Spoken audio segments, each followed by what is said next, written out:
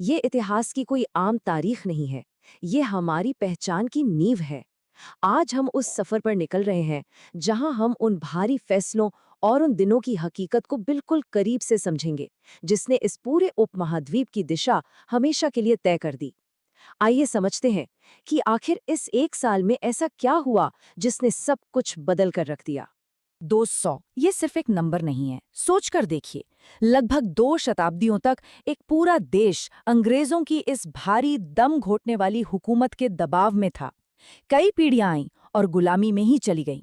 इस लंबे अरसे ने देश को इस कदर निचोड़ दिया था कि आज़ादी की भूख अब अपने चरम पर थी।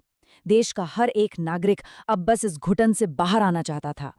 और फिर आता है साल 1947, 1947, जिसने भारत की किस्मत पूरी तरह से बदल दी। ये एक टर्निंग पॉइंट था, एक ऐसी सुबह जिसका इंतजार करोड़ों आंखें पिछली कई सदियों से कर रही थी। स्वतंत्रता संग्राम, ये एक ऐसी लड़ाई थी जहां पूरा देश एक साथ खड़ा था। देखिए, दूसरे विश्व युद्ध के आते आते ब्रिटिश साम्राज्य काफी कमजोर पड़ चुका था। उनकी पकड़ अब ढीली हो रही थी। ऊपर से महात्मा गांधी के भारत छोड़ो आंदोलन ने तो उनकी नींव ही हिलाकर रख दी।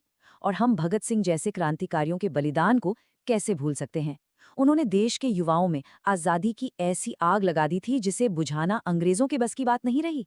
लाखों लोग जेल गए, हजारों ने हंसते हंसते अपनी जान दे दी, लेकिन ये देश अब झुकने वाला नहीं था। तो यहाँ एक बहुत ही अहम सवाल उठता है, आखिर ये आज़ादी आई कैसे? जमीनी स्तर पर तो इतना खून बही रहा था, पर उन बड़े बड़े पॉलिटिकल कॉरिडोर्स में आखिर क्या चल रहा था, जहाँ सत्ता को सौंपने के अहम फैसले होने थे? विभाजन की योजना।